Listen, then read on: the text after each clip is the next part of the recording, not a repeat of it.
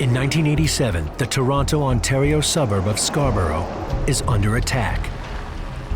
A serial rapist is preying on teenage girls.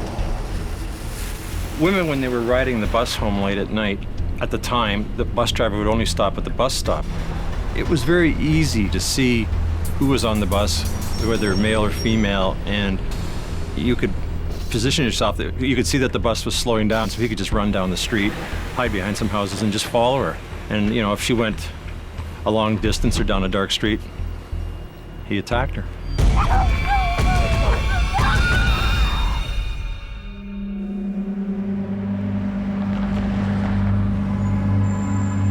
In just 4 weeks, 2 girls are brutally raped and tortured. In addition to the sexual assault itself, there was a physical trauma associated with the sexual assault. He was profane toward the victims. He used degrading and demeaning terms such as bitch, whore, slut, that type of thing. In some instances, he even forced the victims to degrade themselves. The Metropolitan Toronto Police have little to go on. None of the victims have seen their attacker's face. He told me that if I didn't stop screaming. Toronto police set up surveillance in the area and double their patrols. When details of the rapes are published, the town is gripped with fear. They were warning the public about it, and everybody was quite aware in the Toronto area about this Scarborough rapist so that they could, protect themselves from it. Police set up a hotline. Good morning, Scarborough Assault Task Force. And hundreds of tips pour in, but there are no solid leads. Scarborough was kind of an upper-class, stable upper-class neighborhood. No one thought anyone there would be capable of such horrific crimes. It was a real concern, and there was a huge task force assigned to it, and the police held like town hall meetings. And they were warning women about that there seemed to be a predator in the area.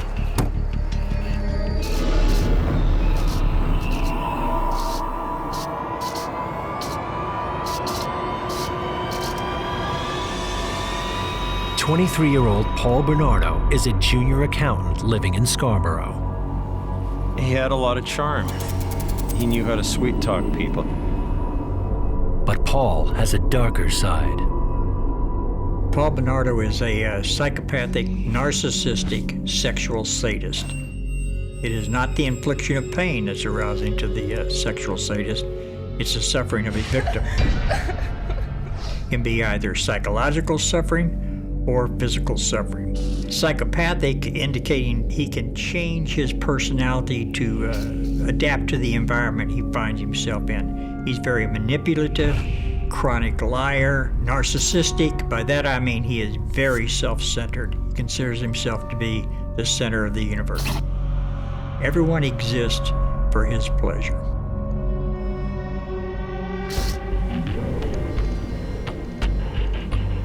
He eludes police as he continues his assault on the young girls of Scarborough.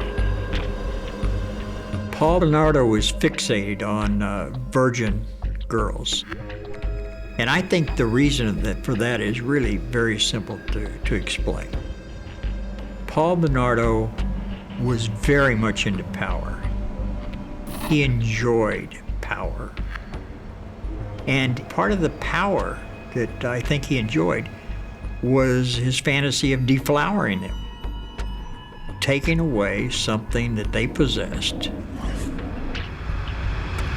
But he is not always successful. On July 27th, one girl resists his attack, but he brutally beats her before he runs off. He had no guilt, no remorse, and no empathy, yet he could be very charming and a likable guy to be around, which masked all of these very, very deadly tendencies that were lurking beneath the surface.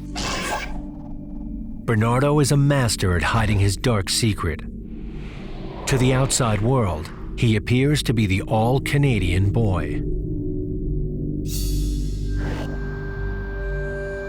On October 17th, 1987, Paul Bernardo meets 17-year-old Carla Homolka. She was coming to a convention in Scarborough, animal convention. She worked in a veterinarian shop, and Bernardo just happened to be there with a friend. And the two of them saw Carla and her friends there, and they, Paul, being the attractive charmer, just sort of moved right in. She is a very attractive person, nice figure, and she was totally enthralled with him and would do anything he wanted. When a sexual sadist wants to develop a person who's willing to participate in the behaviors he desires, he goes through 5 specific steps. Step number 1 is to identify the vulnerable person. He saw in her somebody that he could control, and they eventually ended up in a hotel room. Had sex that night. I think when this all started, when she started her relationship with Paul Bernardo, she was a small town girl. She was 17 or 18, but she was no naif. But she was not savvy to the ways of the world. You know, the sex came first. They were in lust, not necessarily in love. It was difficult to get a handle on her. I mean, on one hand, she was a very strong-willed person, and it was hard to understand why a person that was strong-willed and very intelligent, by the way, have a very high IQ, why a person like that would not see the danger.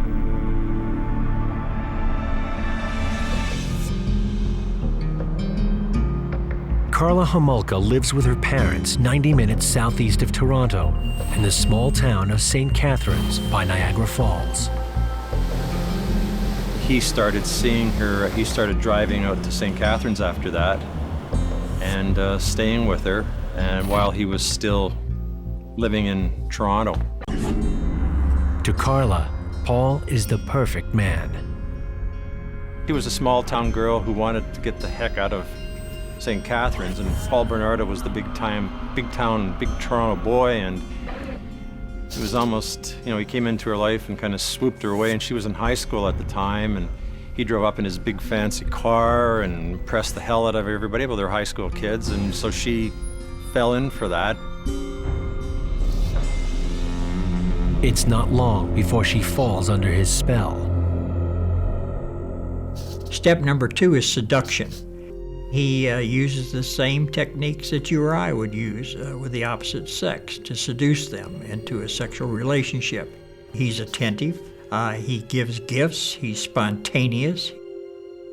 Over a period of time, the victim falls in love with him. Step number 3 is to reshape her sexual norms. He begins introducing sexual activities into their sexual play that she's never participated in before.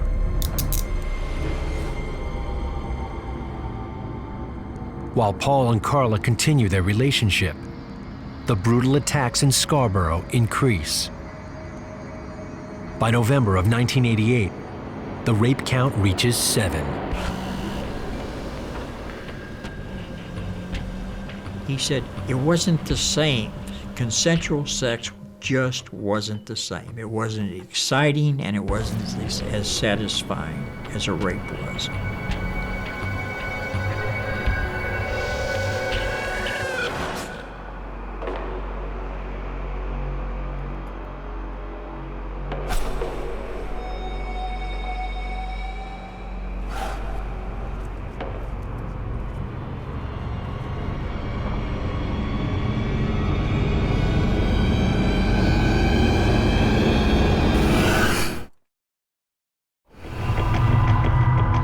In the Toronto suburb of Scarborough, police track a serial rapist.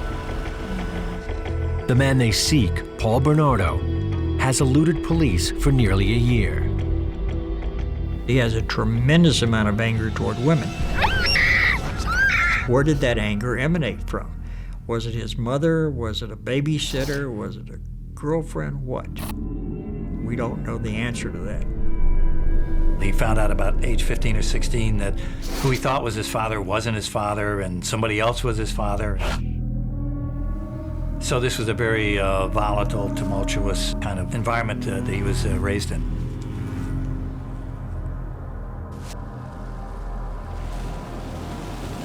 A few months later, in Scarborough, Paul takes his 11th rape victim. Finally, investigators get a crucial lead. One of the women was able to identify him. A composite sketch was done, and the likeness to Bernardo was absolutely incredible. The sketch is released 2 days later. Police did a huge media blitz. It was in all the papers. It was on billboards everywhere. Investigators field thousands of tips. Over the next 6 months, they question 300 men, including Paul Bernardo. Bank teller was suspicious when she saw him come to the bank, and she looked at the sketch. All his friends felt the same way, and they all teased him about it, and he just kind of laughed it off. Scarborough police questioned Bernardo on November 20th. Even though he looked bang on, he didn't look like your central casting villain, and the police interviewed him. They took a DNA sample. They were very suspicious, but they had other suspects. He gave voluntarily up his sample for DNA. And as you know, that anybody that would refuse the DNA, then you might be a little more suspect of that man, whether he has reasons to or not. In this case, he volunteered it and gave it up without any kind of problems. So that, I think, caused maybe a little less alarm towards him. Police release him and add Bernardo's sample to the 300 others and begin the slow testing process. DNA testing at the time was not as sophisticated as it is today and not as quick. Although the police now have hundreds of suspects, the investigation slows to a crawl. It was a real concern. Then the attacks just mysteriously stopped. The task force dissolved, and Paul Bernardo just walked away.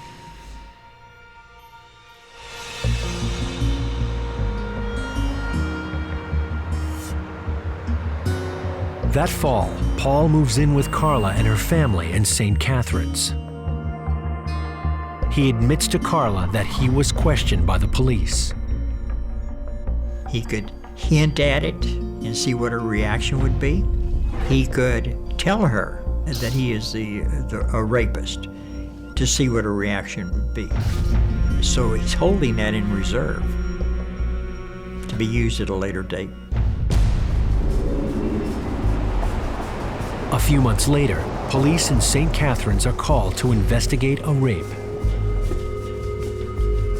Paul's next victim is a 14-year-old girl, grabbed off the street in broad daylight. He took greater risks not because he was not paying attention, but because he considered himself to be all-powerful. And the longer he was able to get away with his crimes, the more convinced he became that he was omnipotent.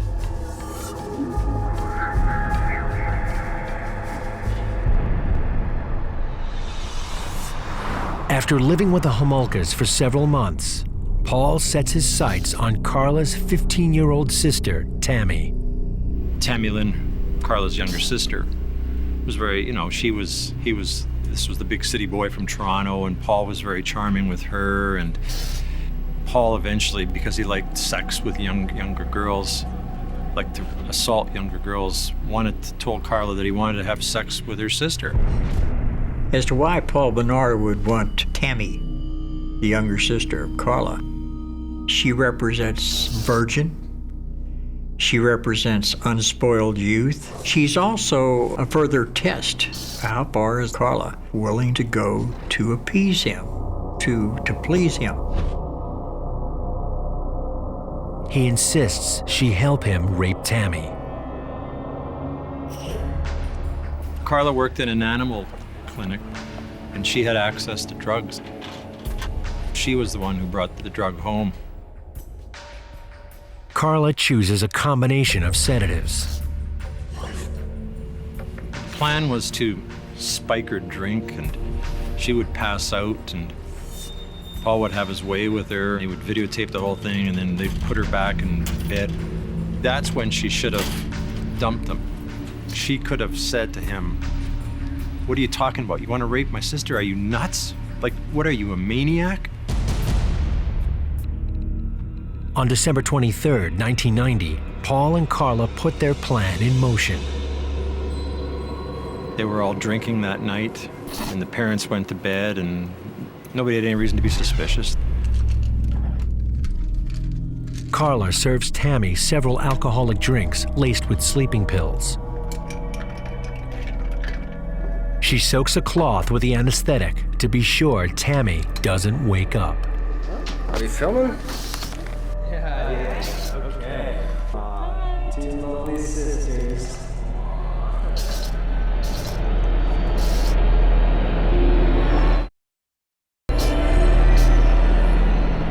In the Niagara Falls suburb of St. Catharines, serial rapist Paul Bernardo convinces his girlfriend, Carla Homolka, to drug her sister Tammy so he can rape her. The plan is carried out on December 23, 1990. She had the chance to stop this whole thing. You know, and she should have just, and she didn't. She said, okay, let's go along with this plan. They take turns raping Tammy. Then suddenly, she starts to choke. And then the poor girl, when she started to come out of this, because she had drunk all this booze and mixed drinks and so forth, vomited and aspirated her stomach contents into her lungs. Carla and Paul call 911. Rescue gone around at this time, 941. And the investigating officers who attended at 911 treated it as just another teenager who had had too much to drink and had vomited and aspirated, and they didn't think much more about it.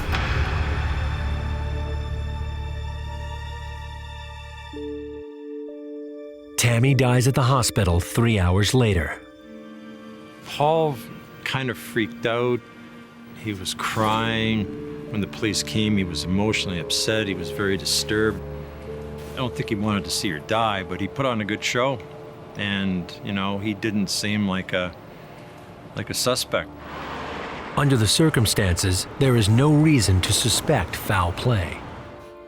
The medical examiner determines that Tammy choked on her own vomit after drinking too much alcohol. On December 27, 1990, Tammy Lynn Homolka is laid to rest. Paul blames Carla for her death. Paul felt that because she worked in the animal clinic that she should have known better. She should have somehow controlled the quantity of drugs that they gave Tammy Lynn. Eager to win back Paul's affections, Carla does whatever he asks to make up for her fatal mistake. She watches the video of Tammy's rape and dresses up in Tammy's clothing. They had this awful secret that only they knew. They knew the truth to this, and that was a bond that kept them together. Distraught over the death of their youngest daughter, the Homolkas ask Paul to move out so they can grieve in private. Paul continues with the next step of his plan. He takes Carla and they move to Port Dalhousie, 4.5 miles from St. Catharines. Step number 4 is to socially isolate her. He doesn't want her talking to her friends and family members about what's going on. In the winter of 1991, Paul and Carla start planning a large summer wedding. She wanted her big wedding, even though her parents were still grieving the loss of her sister. But their upcoming nuptials don't curb Paul's increasing sexual appetite. He always talked about wanting to bring somebody home so that when he had sex with them, I should probably more accurately say that when he raped them over and over, he could do it at his leisure. And he told her that, and she said, you know, she didn't object. The motivation is affection and attention. She knows that as long as she is compliant, she's going to receive that attention and affection that is so important to her. Paul was in Burlington, and he was just scouting out, perhaps looking for another victim, doing a little peeping Tomery. Leslie came home from a friend's funeral. She came home a little late. She knew her mother was going to be mad at her, so she sort of went into the backyard to get her courage up, I guess, before going in the house. And by complete fluke, there was Bernardo.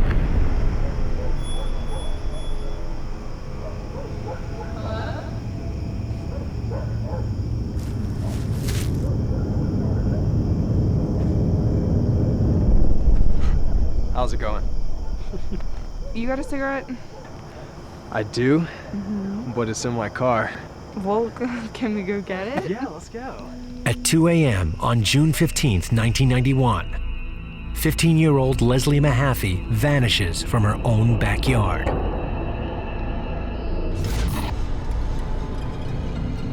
For the next 2 days, Leslie is brutally raped and terrorized.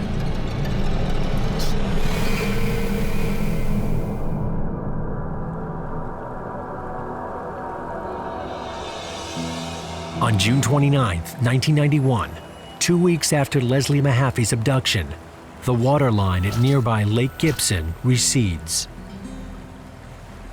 What happened was a fisherman had come out here to go fishing, and he tried to get further out into the water. And while he was doing that, he noticed some cement blocks, and he stepped on one of the blocks trying to get further out. And when he did, the top came off and exposed the body part. When we arrived here, we noticed that there were several similar-looking cement blocks there, and investigation obviously revealed that the rest of the body parts, with the exception of the torso, were in the other cement blocks. What happened next was that we received a call, again, fishermen at a bridge not too far away from this location had discovered a torso floating under the bridge. And that appeared to be the torso belonging to the limbs that were in Lake Gibson. Right there. Somebody went to great lengths for this body not to be recovered. And just, I guess, fortunately, they didn't do a very good job of it. Niagara police do an intensive search of the crime scene, but find few clues. The remains are transported to the coroner's office for further analysis. That same afternoon, Paul and Carla marry in a lavish ceremony near Niagara Falls. After the reception, they whisk off to Hawaii for a 2-week honeymoon. In Niagara, police work on identifying their victim. They notify surrounding jurisdictions about the body parts found in Lake Gibson.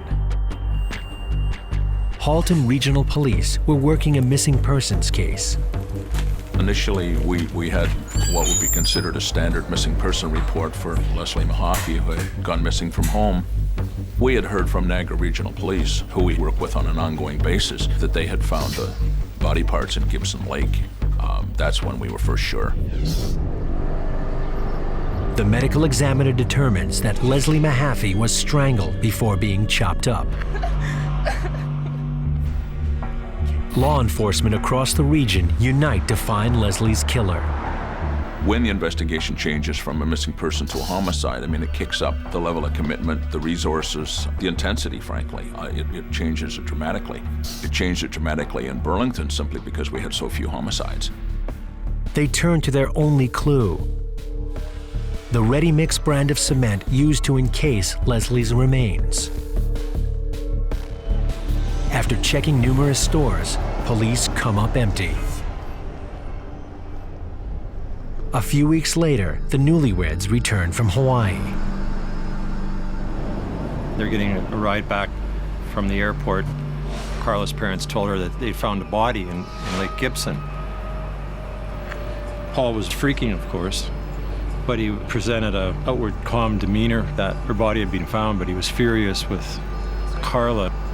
And I'm not sure if that's when the beating started or the hitting started with her. He blames Carla for not knowing about the receding water tables at Lake Gibson. Paul and Carla lay low for the next 9 months, waiting to hear if they are suspects in Leslie's murder. When he realized that the investigation wasn't going anywhere, he wanted to do it again. This time he wanted to take Carla out with him, and he wanted to, there was a nearby school, there was a lot of students, and he would drive by and he would see the students and a lot of attractive young girls.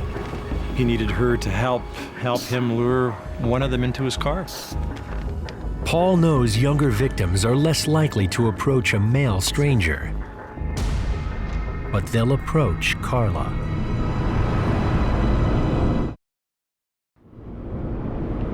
On April 16, 1992, newlyweds Paul and Carla Bernardo stalked their next victim after kidnapping, raping, and killing a teenage girl in Canada. They happen upon 15-year-old Kristen French. They parked in a church parking lot near the school where Kristen walked by every day, even though it was like 4 in the afternoon. And they parked the car in there, and then the plan was that Carla would put a map out and ask for directions and act like the klutzy dumb blonde. And she did that, and Kristen, who was a very cautious young girl, was totally duped by another woman, not believing another woman could be involved in any kind of a murder scheme.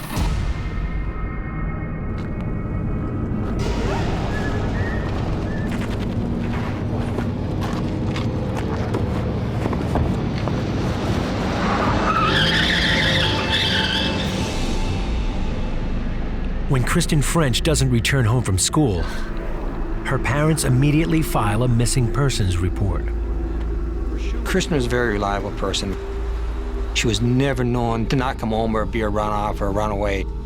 So as soon as she never came home, and it was late that night, they knew there was something wrong. Our attention was brought to that parking lot of that church very quickly, and there was some evidence left at the parking lot that led us to believe pretty quickly in investigation that this was more than a missing girl, that she was abducted. The evidence is sent to the crime lab for analysis. Police canvass the area, looking for anyone who may have seen the abduction. We started a hotline right away for anybody with any kind of tips. If anybody's seen my daughter, Kristen French, I'd like to phone the Niagara police as quickly as possible. We started looking at anybody with previous sexual violence in the background that we knew that were living in our area, investigating them. Police efforts pay off when they learn that several people saw the kidnapping. Witnesses had seen her pulled into a car. The witnesses could only describe them being as 2 people. They weren't able to identify their gender, so we assumed that they were probably 2 men. And then we had a lead on a possible car seen leaving the church parking lot by some of the witnesses. So now we had a car, and it just escalated from there. Paul and Carla hold Kristen captive in their home. They forced her to do all kinds of degrading things. They tied her up in a closet at night. It's over a day and a half or so. Several times, Paul went out for food, left Carla alone with Kristen. Carla had more than enough opportunity, I believe it was twice, to let her go. She could have just picked up the phone, dialed 911. There would have been a dozen cruisers there within 30 seconds, but Carla did not do it.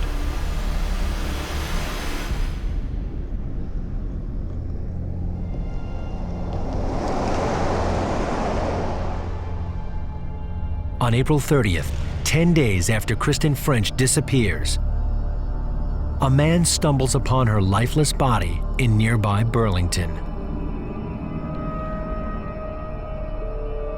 An autopsy reveals that, like Leslie Mahaffy, Kristen French was strangled to death. Carla still had the chance to exonerate herself almost to a degree by saving the life of this young girl, and she didn't do it.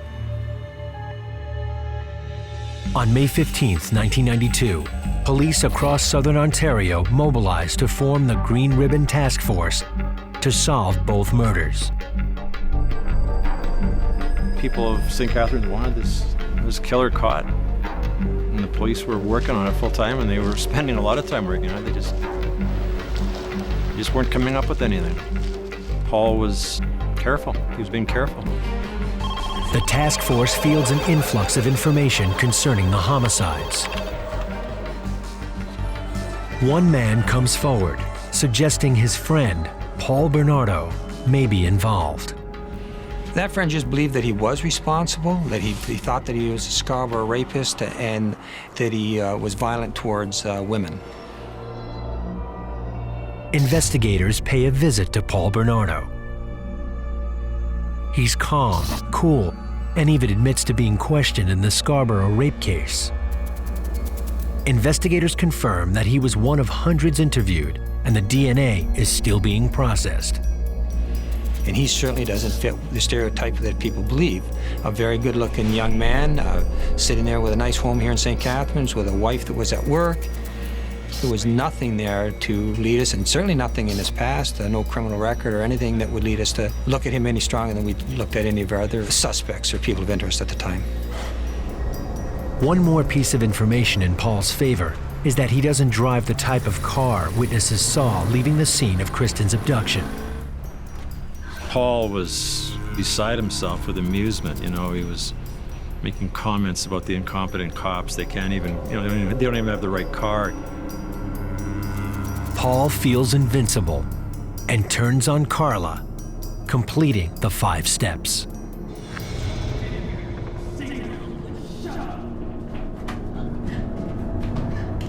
She's doing absolutely everything that he's asked her to do. He says to himself, no decent woman would engage in those type of behaviors, so I was right. All women are bitches, whores, and sluts. And so step number 5 is punishment.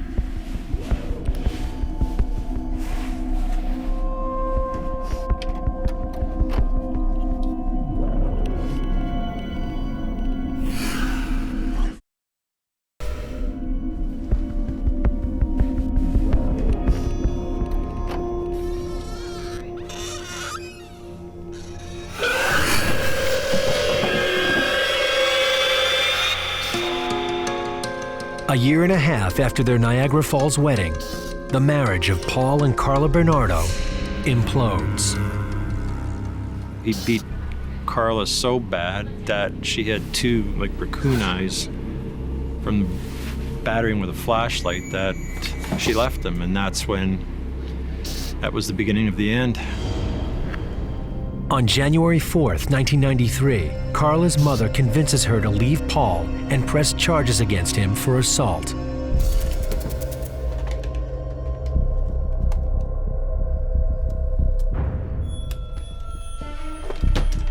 As she packs, Carla searches frantically for the incriminating videotapes of the sexual assaults of Tammy Homolka, Leslie Mahaffy, and Kristen French.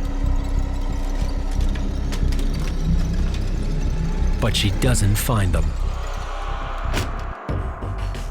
While Carla hides from Paul at a relative's house in Brampton, an hour north, Niagara police arrest Paul on January 6, 1993, for assaulting Carla with a deadly weapon, but release him the following day on his own recognizance.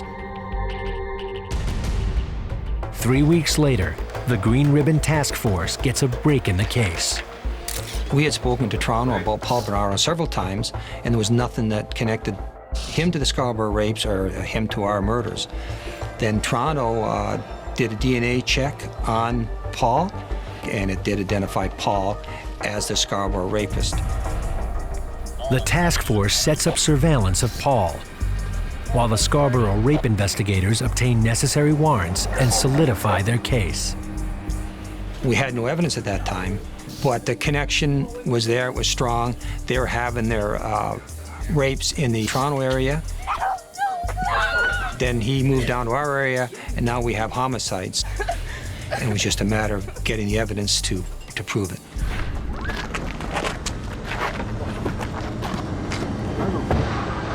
Police interview Carla, hoping she will incriminate Paul in the murders.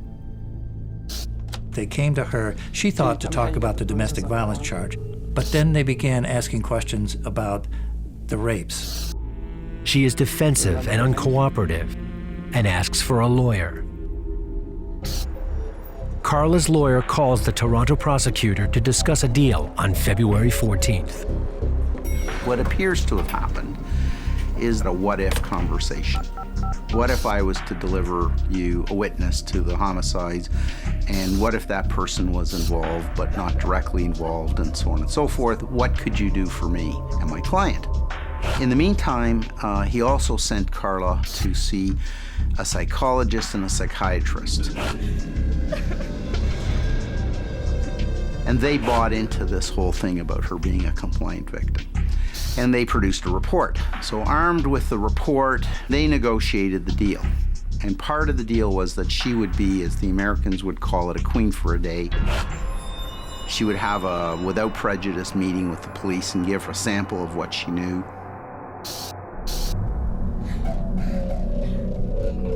Carla tells police that Paul murdered Leslie Mahaffy and Kristen French after raping them for several days. She says there are videotapes to prove it. She was laying all the fault on Paul, her husband, as being the one responsible, and that she was just going along doing exactly what he wanted done so that she didn't get beaten or had any more harm coming to her as well. She was the only other witness to the crimes, to the murders, and so they felt they needed her as a witness. They didn't quite fully understand her role, I guess, and so she signed a deal. In February of 1993, police arrest Paul Bernardo for the Scarborough rapes and the 2 homicides. But they didn't charge him with the homicides because they didn't have enough. They had nothing to link him to the crime other than Carla's Queen for a Day statement. Step back, please. They brought him into the task force office, and they had a life-size image of Leslie Mahaffy and a life-size image of Kristen French. Gentlemen, this door open. Stay outside the door. And they thought they would shock him into confessing. And they sat him down in front of the camera, and he kept saying, I just want to speak to my lawyer. When do I get to speak to my lawyer? I have nothing to say. Thank you very much. They search Bernardo's home for 71 days. They find several suspicious items, but nothing linking Paul directly to the murders of Leslie and Kristen. On May 17th, Carla shows police around the house and points out where Paul held the girls captive. Police find DNA evidence proving Kristen and Leslie were inside the house. The next day, Bernardo was charged with 2 counts of first-degree murder. In exchange for her testimony against Paul, Carla pleads guilty to 2 counts of manslaughter in July of 1993. She receives a 10-year sentence. And she remembered that she had not told them about her sister Tammy Homolka. And she tells them the story. And as a result of that, they amend the agreement. So essentially, it's 5 for Leslie, 5 for Kristen, and 2 for Tammy. That's how the deal was made. That's how you get 12 years. The deal was absolutely stunk. I mean, the deal with the devil, they called it. And she should have got life in jail. And she got 12 years.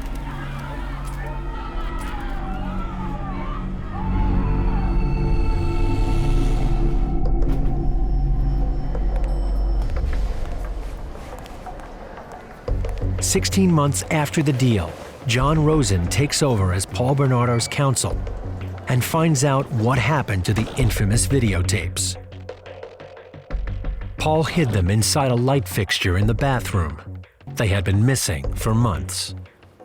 The tapes depicted Bernardo and Homolka out playing voyeur, taking pictures through windows of people getting undressed and so forth. They depicted the sexual assault and confirmed the unlawful confinement of Leslie Mahaffy, who was blindfolded. They confirmed the unlawful confinement and sexual assault of Kristen French.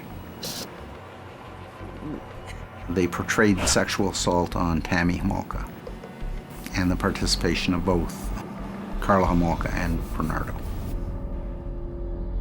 The tapes are played during Paul's trial. There is a public outcry as the tapes reveal Carla's true involvement. Carla is as much or more a psychopath than is Paul. And I think the videotapes show that she was engaged, happily engaged in sexually assaulting and in fact, in her own way, raping these young girls as much as Paul was. So this is someone that's pretty profoundly pathological. Her explanation was that she was just play acting for the videotapes, but that off-camera life was hell. But the problem was that off-camera, she still didn't do normal things, like walk out, go to the police, leave. Paul admits to the rapes, but denies killing Leslie and Kristen. He was prepared to let Leslie Mahaffy go because she had been blindfolded and didn't know where she was. And in terms of Kristen French, he left Carla alone with her. He came back and he found her dead. On September 1st, 1995, 8 years after committing his first rape, a jury convicts Paul Bernardo of the murders of Leslie Mahaffy and Kristen French and sentences him to life in prison. On November 23, 1995, Paul pleads guilty to all rape charges and manslaughter and Tammy Homolka's death. He is declared a dangerous offender, and he will most likely never be released from prison. In 2001, after Paul Bernardo exhausts all his appeals, the videotapes are destroyed. On July 4, 2005, Carla Homolka is released from prison after serving her entire sentence. She's living life, she has a baby. Neither Tammy, nor Kristen French, nor Leslie Mahaffy will ever have that opportunity. And I think it's, in my opinion, a miscarriage of justice. To this day, Carla's role in the deaths of Leslie Mahaffy and Kristen French remains a mystery. People want to blame Carla, and that's fine. But what they forget is that Paul Bernardo was extremely violent. I know there's no question in my mind who was the instigator. Does that minimize what Carla did? Absolutely not. Neither could have committed the homicides alone, but together they formed an entity that was greater than the sum of the individual parts. Not much doubt in my mind that he was the killer and she was just the facilitator in this whole sordid, evil, twisted scheme of theirs.